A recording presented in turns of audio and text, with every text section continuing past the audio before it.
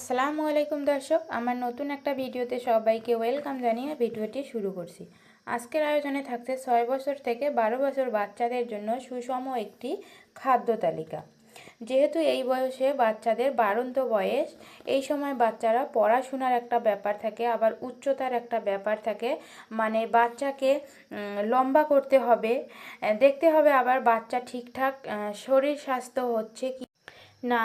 তাই এদের শুধু খাইয়ে পেট ভরালে চলবে না, এদের সঠিক পরিমাণে পুষ্টি দিতে হবে। এই সময় বাচ্চাকে কি কি খাওয়াবেন এবং কতটুকু খাওয়াবেন তা নিয়ে আজকে আমি বিস্তারিত আলোচনা করব এই ভিডিওটি। বাচ্চার ওয়েটও ঠিক রাখতে হবে এবং বাচ্চাকে সুস্বাস্থ্য খাদ্য তালিকাও দিতে হবে। এমন একটা খাদ্য তালিকা করে তুলতে হবে যেন বাচ্চার ওয়েট ঠিক থাকে, আবার বাচ্চার হাইট হয় এবং বাচ্চা পড়াশোনা বা কিছু শেখা বা মনে রাখার ক্ষমতাটাও ধরে রাখতে পারে বা এটা বাড়তে পারে। তো বাচ্চার ব্রেন শক্তি বৃদ্ধি পাবে, এরকম একটা খাদ্য তালিকা বাচ্চাদের জন্য তৈরি করতে হবে। তো এই বয়সে বাচ্চাদের কি খাওয়াবেন এবং কতটুকু খাওয়াবেন বা কোন সময়ে খাওয়াবেন, এগুলো নিয়ে আজকে আলোচনা করার জন্য ছোট্ট একটা ভিডিও করেছি। তো জানি না কতটুকু তৈরি করতে পারবো, ভিডিওর মধ্যে বলে বোঝাতে পারবো। 6 থেকে 12 বছর বয়সী বাচ্চাদের জন্য প্রধান খাদ্য তালিকায় থাকতে হবে কার্বোহাইড্রেট, প্রোটিন ও ফ্যাট। তো কার্বোহাইড্রেট নিয়ে আলোচনা করছি। তো কার্বোহাইড্রেট তো প্রায় ভাত, রুটি, আলু, ওটস এইসব প্রায় সব ধরনের খাবারের মধ্যেই কার্বোহাইড্রেট থাকে।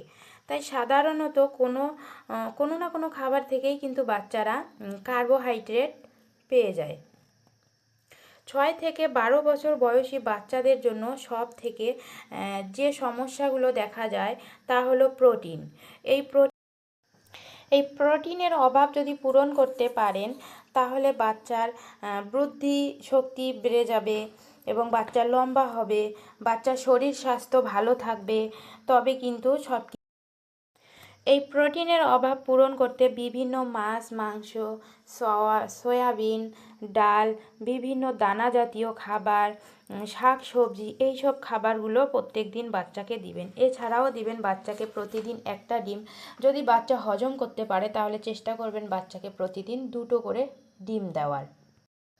5 বছর বয়স পর্যন্ত বাচ্চার শরীরে যতটা ফ্যাট প্রয়োজন ছিল এখন কিন্তু ততটা দরকার নেই। তবে মোটামুটি কিছুটা পরিমাণে ফ্যাট বাচ্চাকে কিন্তু খাওয়াতে হবে। বাচ্চার খাবারে ঘি, মাখন, তেল এইসব ফ্যাট জাতীয় খাবার জিনিসগুলো অবশ্যই বাচ্চার খাবারে দিবেন। বাচ্চার খাবারে কিন্তু তেল ব্যবহার করবেন অথবা জলপাইয়ের তেলটাও ব্যবহার করতে পারেন। এখন আলোচনা করব ক্যালসিয়াম নিয়ে। ক্যালসিয়াম বাচ্চাদের শরীরে কিন্তু পর্যাপ্ত পরিমাণে ক্যালসিয়ামের দরকার হয়, যা আপনি দুধ বা দুধ জাতীয় খাবার থেকে পেয়ে যাবেন। এই বয়সে বাচ্চাদের 600 ml দুধ বা দুধ জাতীয় খাবার তৈরি করে কিন্তু দিতে পারেন। বেশি চিনি বা বেশি লবণ অথবা বেশি তেল বাচ্চার খাবারে কিন্তু অ্যাড করবেন না। তাই চিনি জাতীয় খাবার দিবেন না। চিনির প্রয়োজন হলে বা মিষ্টির প্রয়োজন হলে এখানে বাচ্চার খাবারে গুড় দিতে পারেন। গুড় থেকেও বাচ্চা একটা আয়রন পেয়ে যাবে।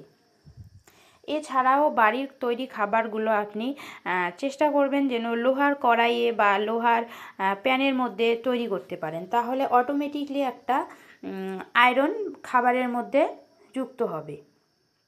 এই সময় কিন্তু বাচ্চারা বাইরের তৈরি ফাস্টফুড খাবারগুলো কিন্তু বেশি পছন্দ করে। আপনি চেষ্টা করবেন যে বাইরের ফাস্টফুড খাবারগুলো বাড়িতে হেলদি উপায়ে এগুলোকে তৈরি করে বাচ্চার সামনে দিতে। বাড়ির তৈরি হেলদি খাবারগুলো বাচ্চার শরীরে যতটা উপকার, আর বাইরের তৈরি ফাস্টফুড খাবারগুলো বাচ্চার শরীরে ততটাই ক্ষতিকারক।